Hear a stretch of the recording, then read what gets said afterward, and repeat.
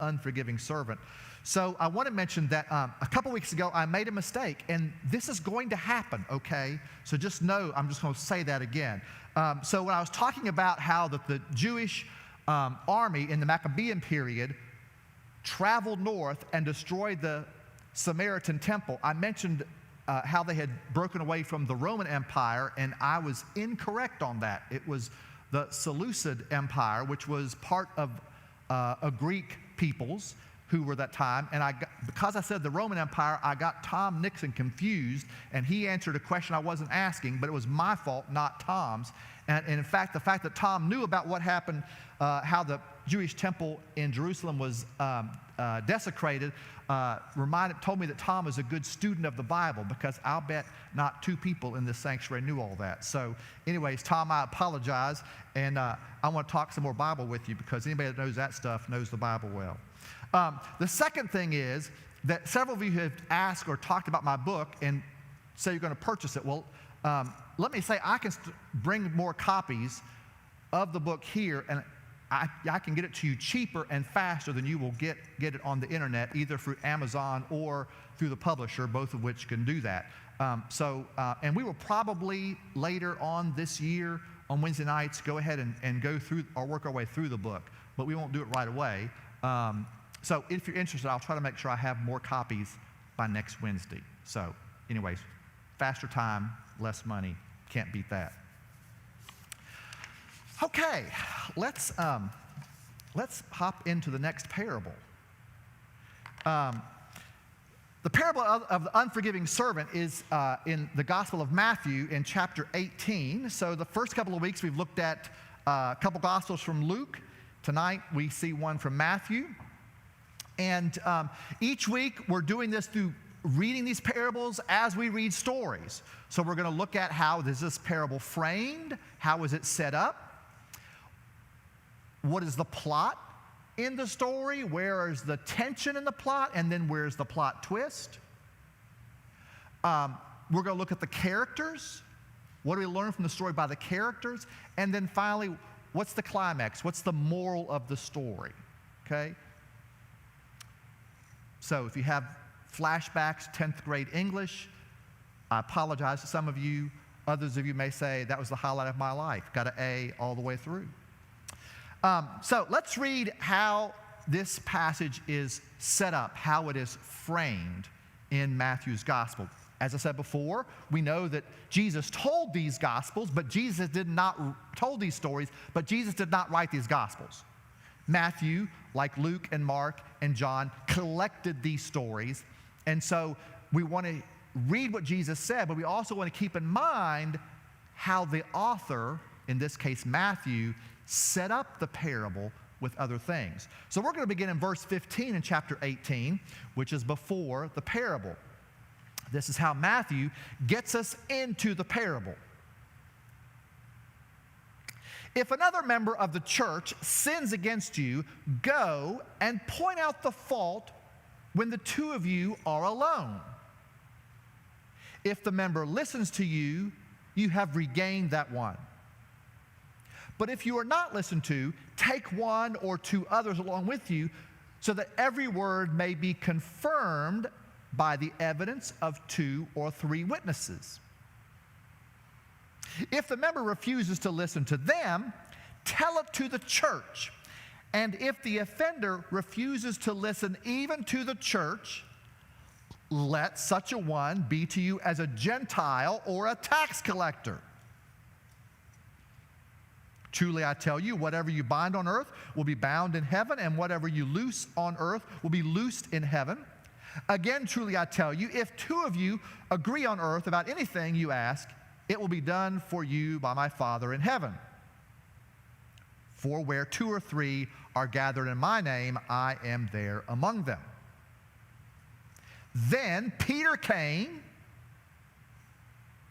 After we hear these things, then Peter came and said to him, Lord, if another member of the church sins against me, how often should I forgive? As many as 7 times? And Jesus said, not 7 times, but I tell you, 77 times. or it could also be translated 70 times 7. And let's go into just the first couple words of the parable. For this reason, see, it's all the stuff we just read. For this reason, the kingdom of heaven may be compared to a king who wished to settle accounts with his slaves. Okay, so Matthew is going to set up this parable with two different stories about forgiveness. So he wants you thinking about this topic before we ever get into the story.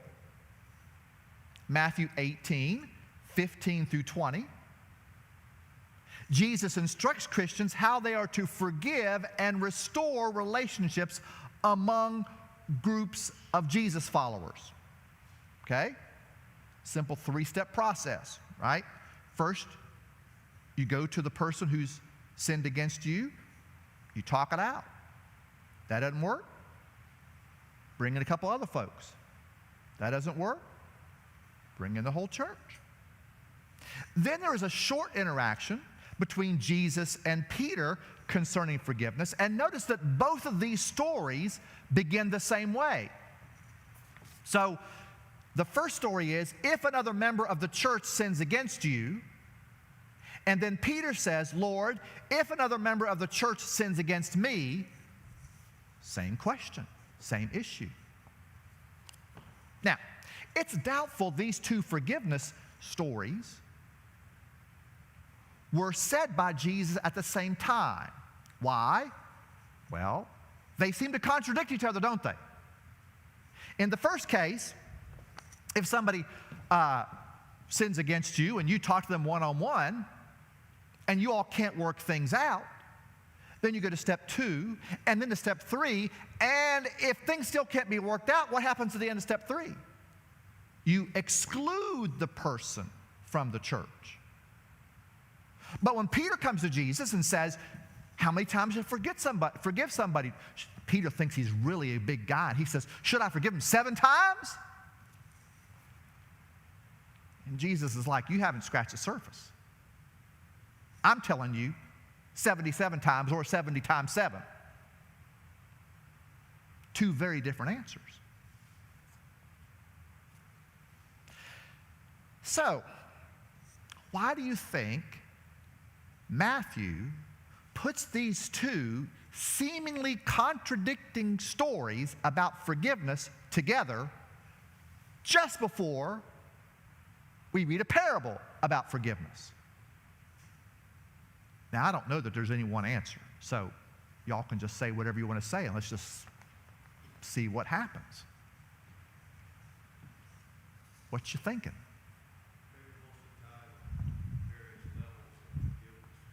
Okay. So maybe what happens that needs to be forgiven could make a difference. All right. Thank you, Tom. What else?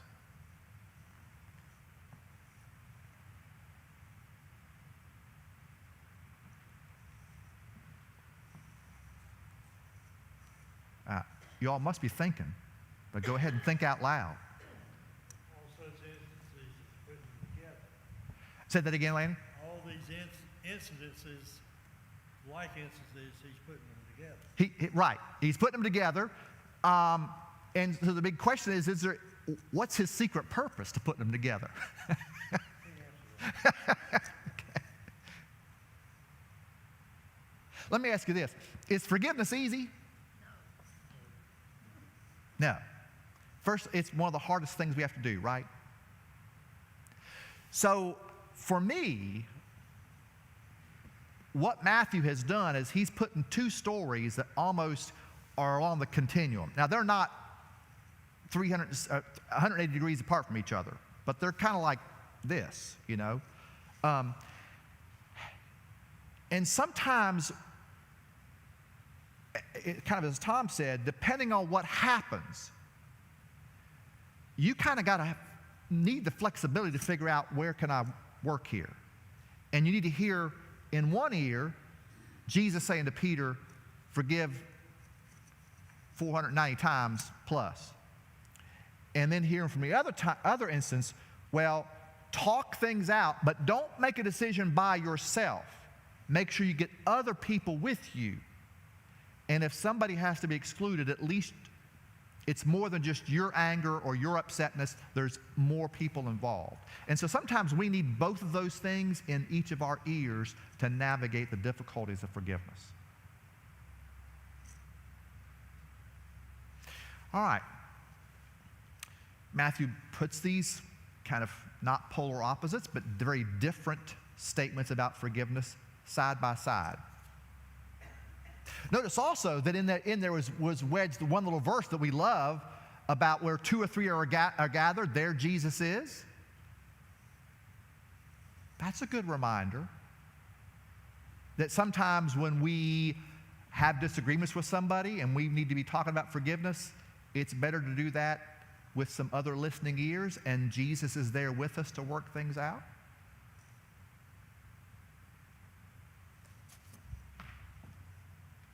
What do you think of Jesus' first words of the parable, which were, "For this reason"? What do you think that means? Well, it's therefore in my Bible the same thing, and he wants us to refer back to what has just been said.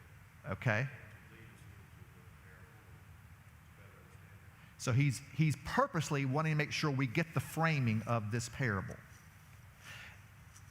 It's possible the framing could even go further back. Look at your Bibles. What stories before those 2 stories about forgiveness?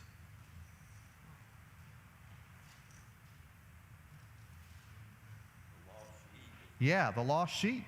and the greatest in the kingdom of heaven.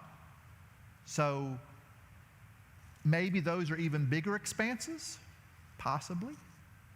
But we at least know he wants us to be thinking about these 2 forgiveness stories, at least. Now, in that little section of the first story, when Jesus says, after you go through step 1, 2, or 3 to try to reconcile, and that doesn't work, treat them like a Gentile or a tax collector. What you think that means?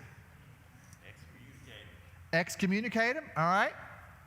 So I want you to chew on this for a little bit. How does Jesus treat tax collectors and Gentiles in the Gospels? He's kind to them. He's kind to them. That's right. One of his disciples was a tax collector. Yeah. So we know that in Jewish society, to the peasants that Jesus talked to, they didn't like the Gentiles too much. And a lot of them didn't like tax collectors because they worked for the Roman Empire, which was not just their government, it was a political conquest that ruled them without their say-so. And so the tax collectors were part of the empire that oppressed them.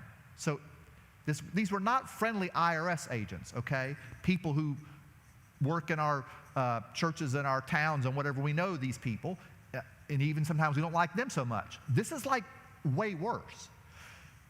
So society, the Jewish society, didn't like Gentiles or tax collectors, but we know that Jesus treated them well. So when Matthew says, Jesus says, treat them like a tax collector or Gentile, is he saying that treat them like your friends, other Jews do, or treat them like I do?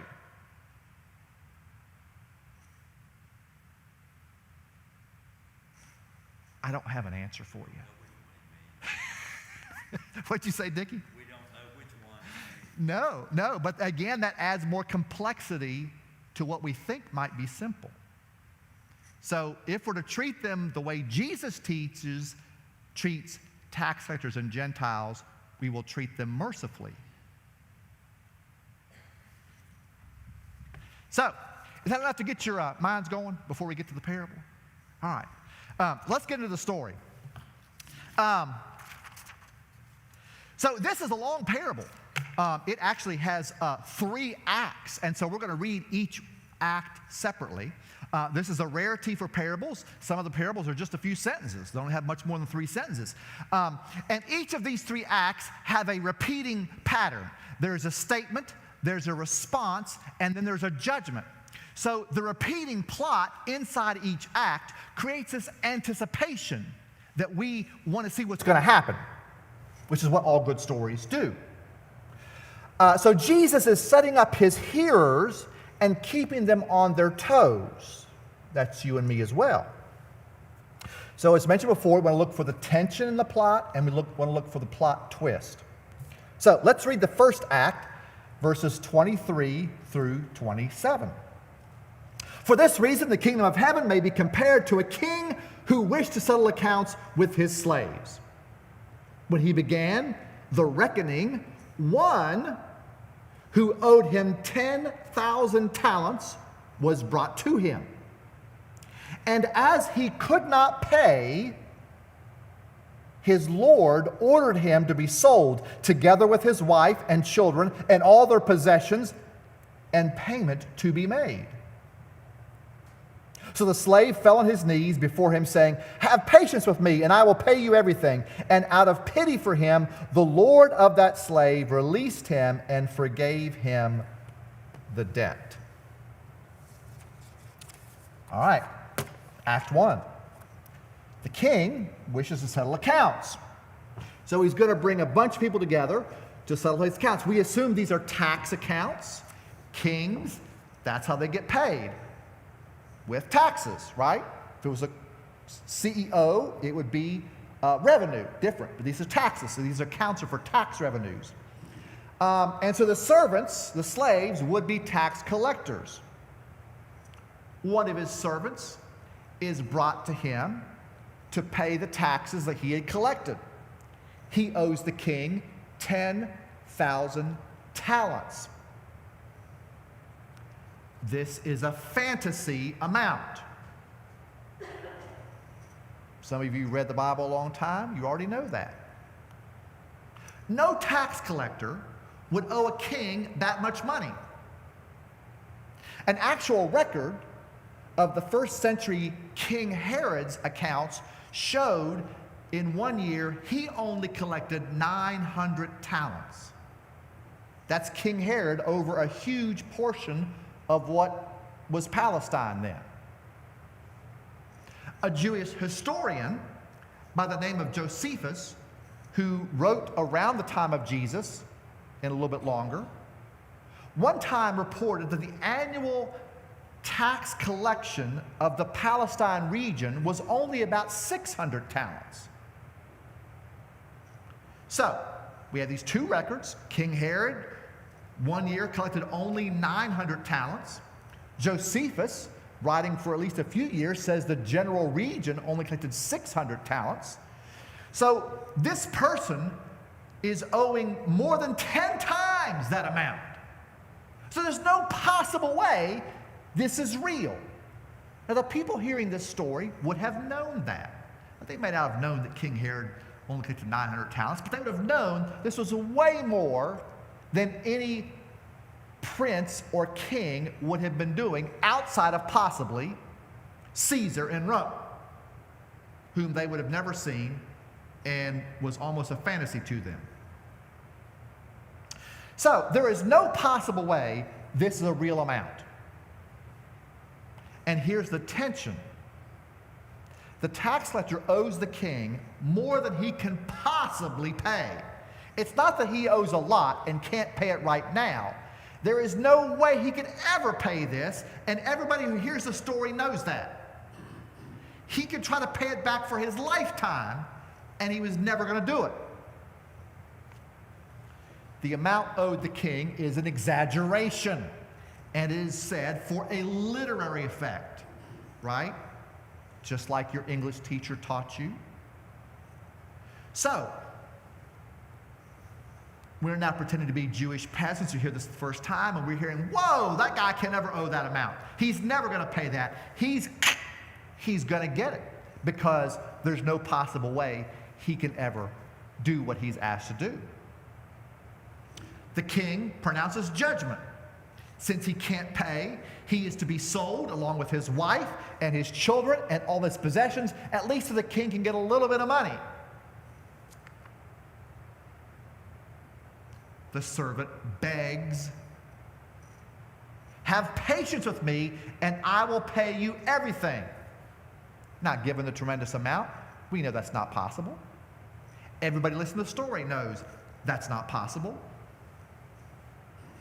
Nevertheless, the king that had just pronounced judgment now forgives him this debt he could never repay.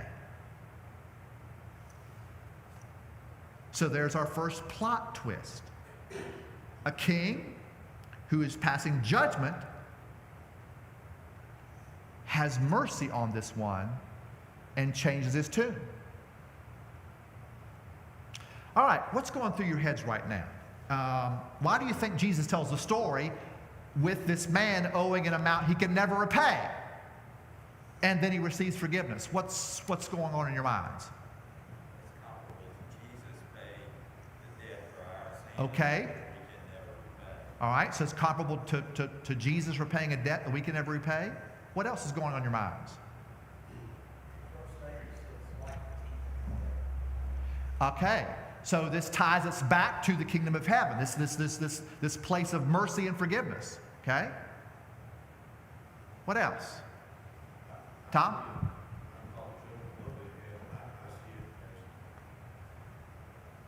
Akin to our sin debt paid in full by Jesus. And that debt can be very large, usually not perfect, or it can be very small. Yep. Yep. Yet, Jesus paid it all. Yeah. That's the phrase. So you're tying up with what Dickie brought in. So let's take our Jesus hats off for a minute and think to the story. Is there anything here in a story that might be crossing your mind?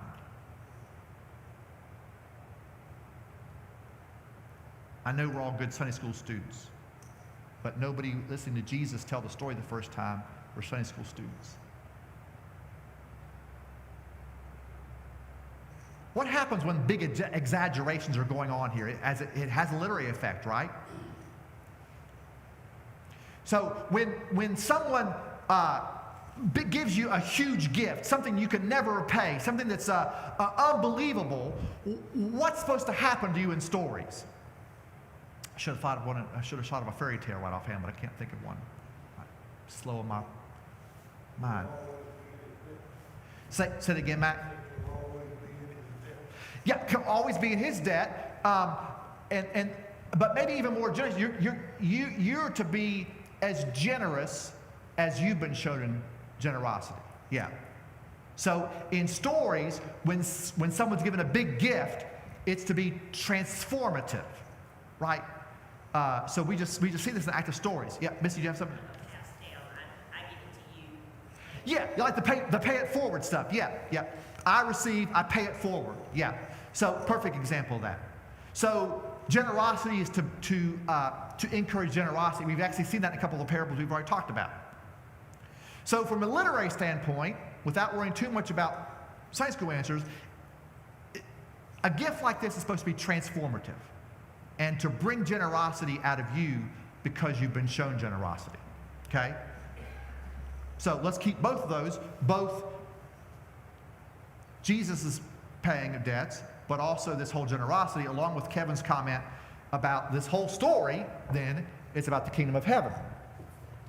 All right, let's go to Act 2, beginning in verse 28. But that same slave, as he went out, came upon one of his fellow slaves who owed him 100 denarii. And seizing him by the throat, he said, "Pay what you owe." Then his fellow slave fell down and pleaded with him, "Have patience with me, and I will repay you." But he refused, and he went and threw him into prison until he could pay the debt. All right, so here in Act 2, we see that Act 2 starts to follow the pattern of Act 1. Again, this is similar in storytelling. We've seen Jesus do it in other parables. So the forgiven man goes out. He sees somebody who owes him money. This man owes him 100 denarii. And a denarius was typically thought of as a regular working person's wage for one day. So you can think 100 denarii is 100 days of work. So he owes him 3 months' wages, which is not an insignificant amount. You can think of your own salary. How much do you make in 3 months? If you owed somebody that, it's not an insignificant amount. But it's not 10,000 talents, 10 times more than what any king in Palestine can raise in a year. Okay? So these are very different amounts, even though the smaller one is somewhat significant. We see that the servant acts like the king. He says, you owe me this. Now, you do this or I'm going to throw you in jail. And then the man begins begging for mercy. In fact, he uses almost the same words that the first man did. So again, Act 2 is following the pattern of Act 1. Until the forgiven man then has no mercy, and he throws this second man into jail until he can pay for his debt. So our expectation has been turned upside down, and the plot twist, a second plot twist, enters the story. The one who we thought would be generous, because in stories when big generosity is given, that begets more generosity. But now the plot twist happens and there is no forgiveness, and the man is thrown into jail. Act 2, at the last moment, breaks with Act 1. All right, let's think about this story then. As you heard this man's story, what comes to mind? And you can think of Jesus Sunday school things, but I want you to also think of just story things as well. What's coming to mind? I'm sorry, Paige? Oh, wants to have his cake and eat it too. Yeah. I want to be forgiven, and I also want people to pay me back. Yeah. Okay. What else? He didn't learn anything. He chose. That's very good. He chose not to learn anything. Yeah. Any other thoughts?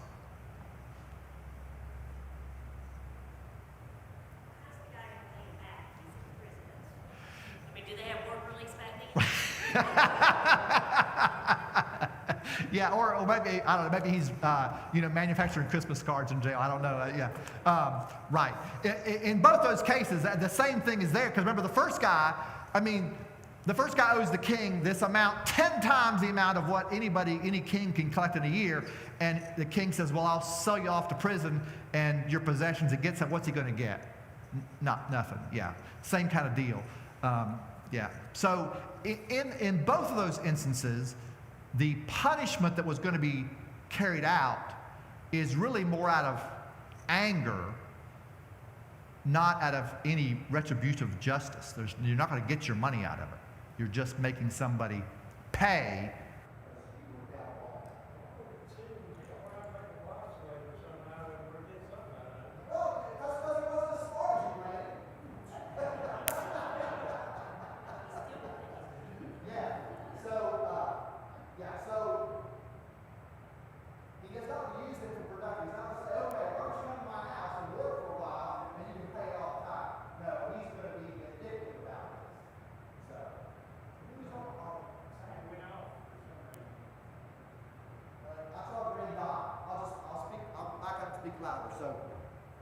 All right, let's go to Act 3, because as we have seen in Jesus' storytelling, we see one thing, and then the second thing, and the third thing is the joke, right? I told you before, when you ever see the rabbi and the priest go to a bar, the third one is always the joke. Okay, now we're going to the joke. We're going to the difference of the story.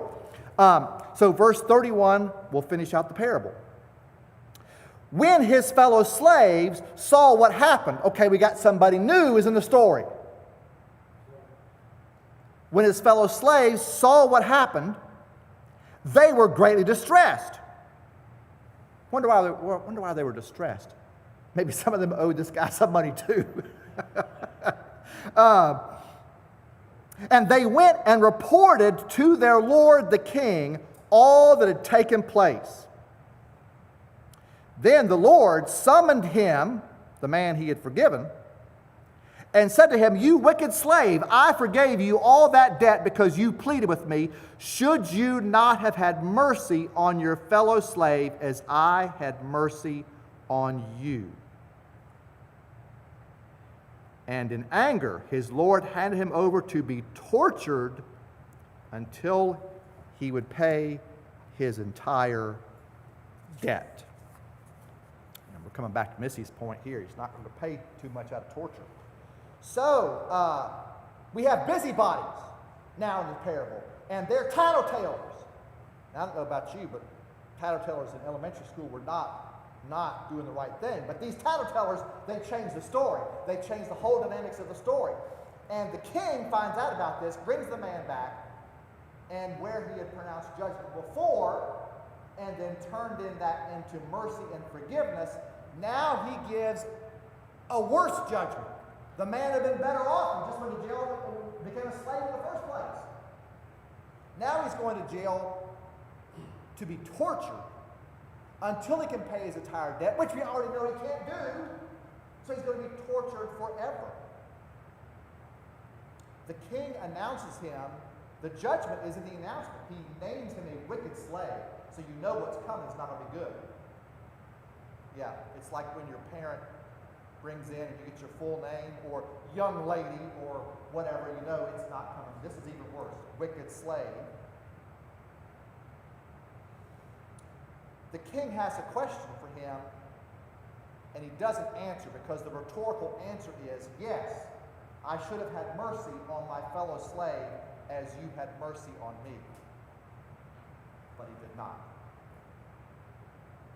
Now, we could see that the king's judgment is also an exaggeration, right? The king we have this exaggerated amount, 10,000 talents, so there's no way this guy could own this. And so at the end, the punishment is an exaggeration. There's no way his torture for his life is ever going to pay things off. So this is not a literal thing. It's a part of the whole exaggeration part of the story.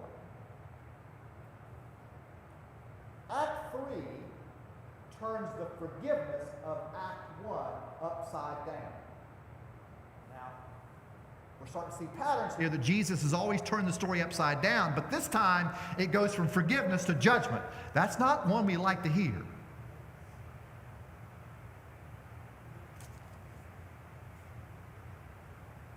Why do you think the king hands out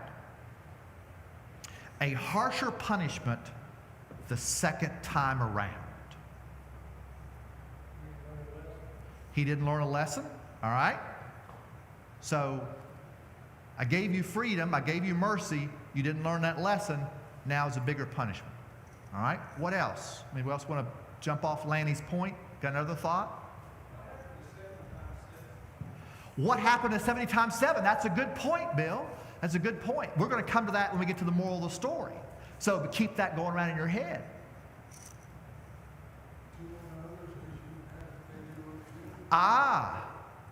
Thank you, Al. Do unto others as you had to do unto you. That was a part of the story, right? Right? If the man had done as had been done to him, as he would like us to do to him, he'd have been scot-free. All right? What else?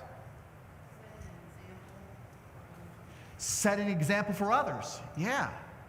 Notice that others were involved. The tattletalers see what's happening, and they're upset about all this. All right, let's go to thinking about the characters of the story. Other way to look at stories is characters. So now we can, this is actually parables long enough, we see some development in the characters. We know that the story is not Jewish. The setting is not Jewish. First of all, there are no Jewish kings and haven't been for centuries, okay? Even when the Jews had a brief independent period during the Maccabean period, they were not ruled by a king, okay? So this king is not a Jew. His slaves or servants could have been Jews. We know, of course, that Jesus had tax collectors. David mentioned that earlier. So we know possibly that's it. But the story tells us probably not. The Jews were forbidden by Mosaic law to worship anything or anyone other than the Lord. And the phrase that the man uses to beg from the king is said to worship him. So no Jewish person would do that, and Jesus certainly wouldn't be saying that as an example. So we're assuming this is a Gentile story about Gentiles. The fact that the king pronounces the first judgment, that the man, his wife, and their children will be sold into slavery, which would have been against the Mosaic law. So again, it also reinforces that this is a Gentile tale. And the Jewish crowd could say, this is about those Gentiles. And we're better than them. We don't sell each other into slavery. So they could have been thinking about that. Now, while the plot in Act 2 starts to follow Act 1 until the very end when the man doesn't forgive, there is something suggested in Act 1 that might make us think this guy's character is not that great. Go back to Act 1, which was verses 23 to 27, and see if somebody can sniff out what the clue is that this guy might not be so honorable. What gives you a clue about the flaw in his character?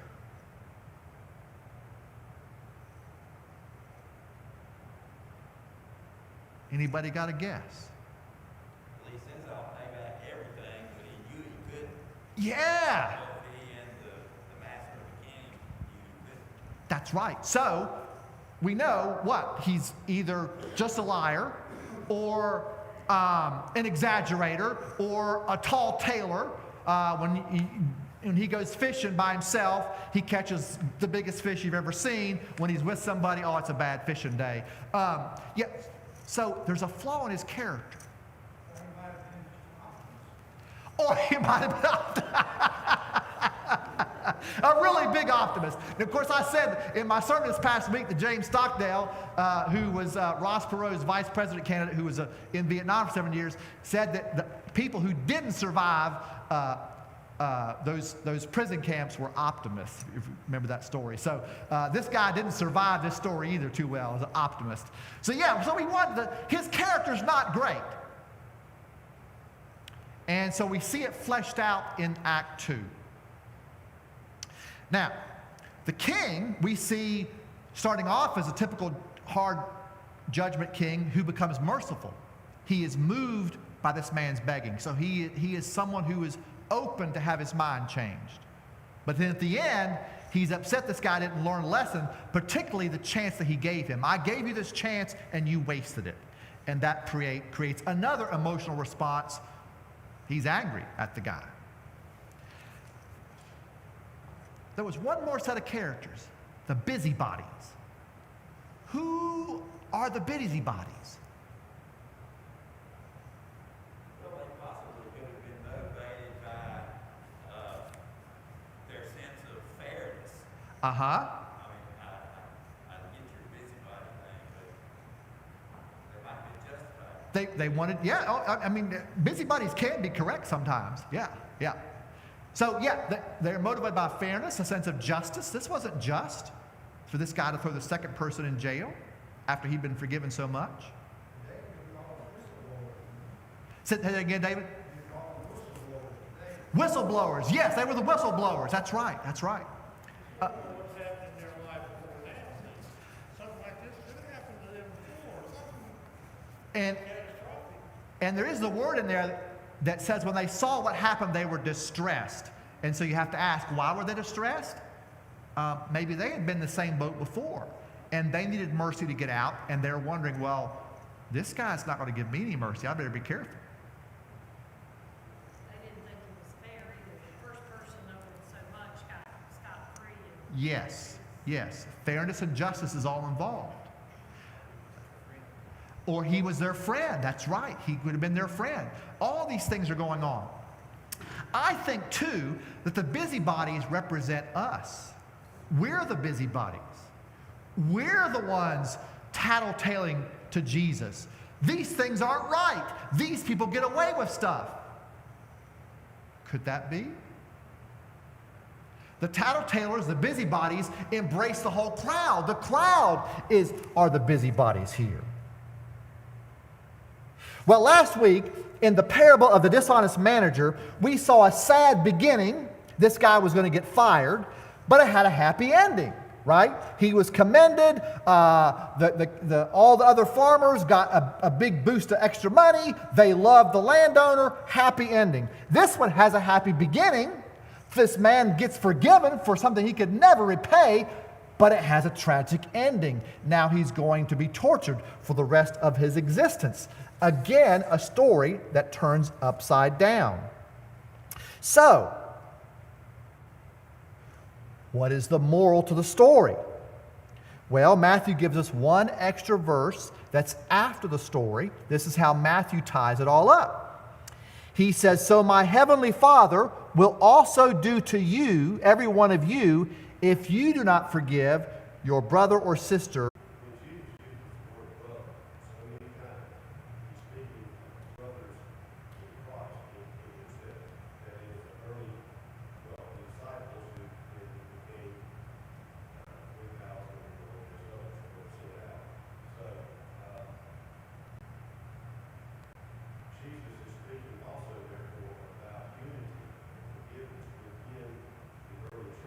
Mm-hmm.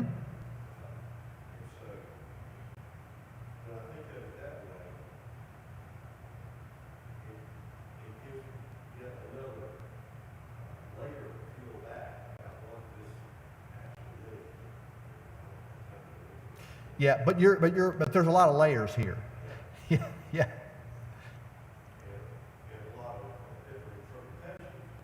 Right.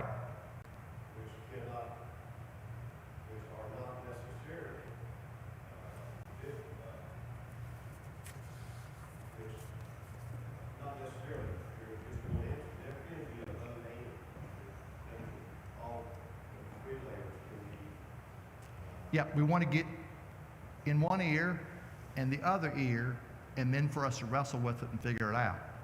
Yeah. And in verse 24, the king, the mention of king, Yep. could that be Jesus himself? Well, that gets back into Tom's question. This is an allegory. Allegories say this person's this person is that person, rather than a parable, which a parable is just a story that tries to get you to one point. So, right. I could make an argument yes, and I can make an argument no.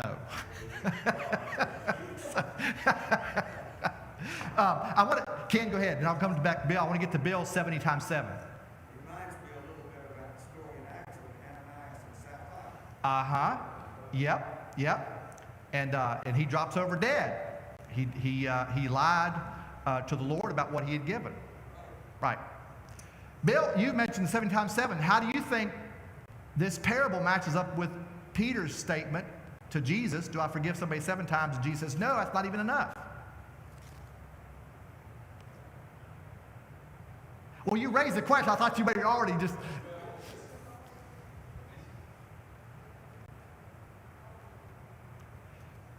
Go ahead.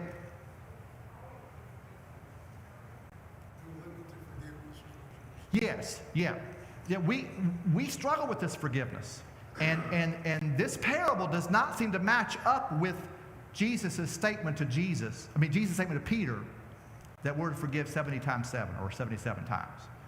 Well, there's a little bit of difference though, because when the master first forgave this first servant, that was between the two of them. What the master did later was he punished him. He didn't forgive him because he had wronged someone else. That's a good thought, Dickie. So first First issue is you haven't paid me, you haven't given me, you haven't done your job and collected my taxes. The second thing is you have damaged other people's lives outside our circle. That's a great perspective. Thank you. To me, it also points that some people say God is love, God is only love. Well, God is also a judge, and he pronounces judgment. So it's not that Yeah. we should know loving God all the time. God is God of judgment. Yeah. And that's what he's doing here, judgment. So, if I can jump in, Tom. It's the key difference in Matthew's theology from what we have seen in the previous 2 weeks in Luke's theology. So, as Tom has said, we can speak of God as love, we can speak of God as just, or a God of justice. And you all brought up that the tattletalers were upset because what was happening was not just, it was not fair.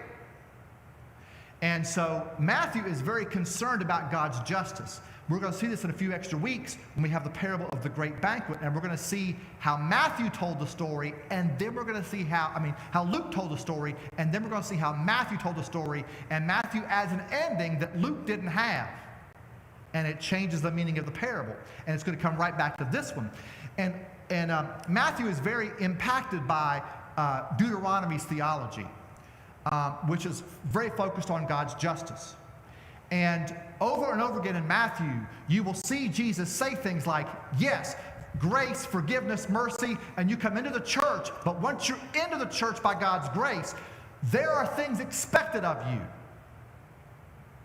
And if you've been forgiven, you're expected for that to have a transformative effect on you so that you then forgive others.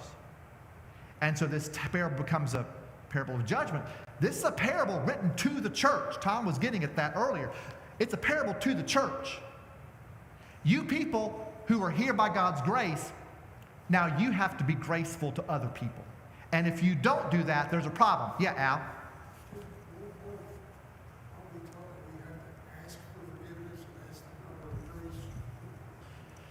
So you're right in there, Al. So because I'm running out of time, my last thing to say to you, is it an unforgivable sin to be unforgiving?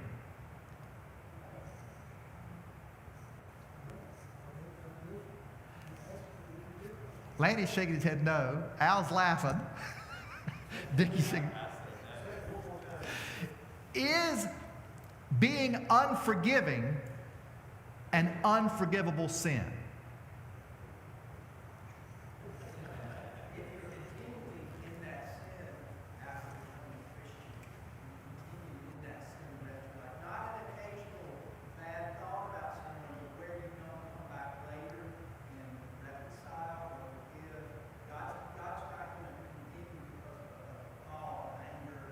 Uh-huh.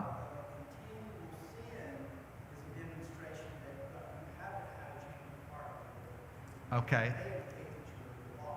So Andy, you're going. So it hasn't. That forgiveness didn't transform you, just like the person in the parable. So let me end with this.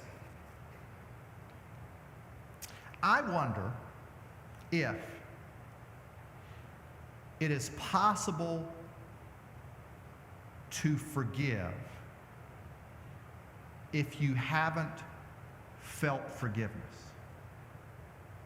So if you haven't fully received forgiveness, if you haven't fully appreciated the ways that people have forgiven you, if you haven't appreciated the generosity been given to you, the mercy that's been given to you,